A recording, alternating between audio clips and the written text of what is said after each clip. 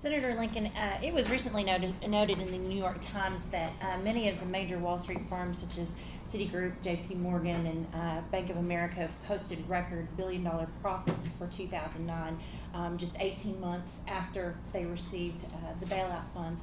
And one practice that was noted of how they're making this money is that they're borrowing money at about 0.5% from the Fed and turning around and loaning it back to the U.S. Treasury for about 3%. They're making a profit of 2.5 percentage points. Were you aware of this practice, and do you believe that this is something that should be addressed by the Congress as far as? Absolutely, it should be addressed, and it is addressed in our bill.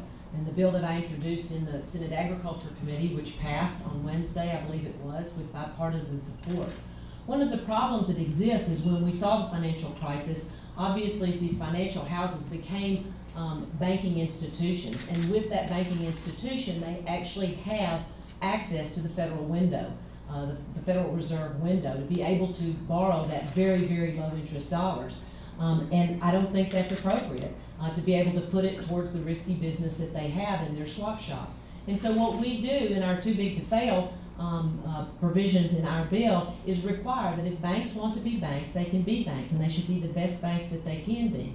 But the fact is that they're going to deal in risky swaps, then they should have to spin off that operation, and not, which would preclude them in that operation from being able to access the Federal Reserve window for those low interest dollars that they can then back those risky deals with, or pay back loans that they have used to back those risky initiatives. You are exactly right, and it's one of the things I get the biggest pushback from in Washington in our bill, is being able to preclude those banks. Again, making them choose. Are you going to be responsible to the depositors in your bank? Are you going to be responsible in paying into the FDIC for that responsibility of ensuring your depositors? Or are you going to continue to do risky business in-house and still have access to the taxpayers' dollars? And I believe it should stop, and I actually included it in my bill. Lieutenant Governor, 1 minute. Well, this is the USA Today from 2 days ago. The lead paragraph indicates that banks that received financial assistance from the bailout package have actually lended less and paid their executives more than the banks that didn't receive the bailout funds.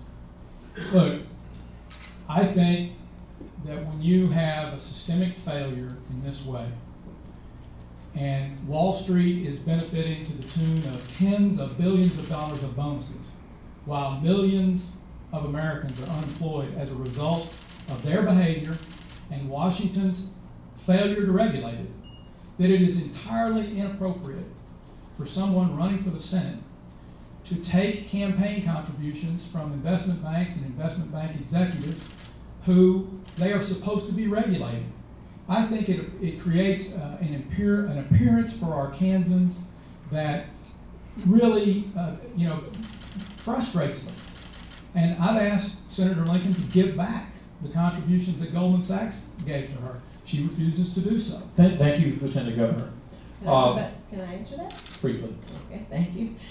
So I suppose it's also inappropriate for me to take resources or to campaign contributions from the National Association of Cotton Growers, or the American Soybean Association, or the U.S. Rice Producers, or the AEA, or any of the other entities that I provide laws and regulations for in terms of trying to make a better, a better government for. I would just simply say that of that $4,500 that was given to me, it clearly made no difference in what I did. I created a tough bill. It didn't change my mind on what needed to be changed in Washington, or I mean in Wall Street, or in how Washington sees it. And I would just simply say that, maybe if it was an exorbitant amount that we had taken, I certainly have agreed that I'm not going to take any more now that there have been charges filed against Goldman, and we'll continue to push hard for a good bill. Senator, I see a clear distinction between soybean growers and Wall Street. Soybean growers didn't wreck our economy, and you took more than $4,500 from Wall Street. That was $4,500 this year from Goldman Sachs, $29,000 from Goldman Sachs over the course of your career, and over $1 million from financial institutions over the course of your career. Don't say that it's just a few $1,000s and it didn't have an impact. You have raised over $1 million from financial institutions over the very time in which this lack of regulation occurred. And soybean growers, cotton growers haven't wrecked our economy. And I've raised $4 million from Arkansans.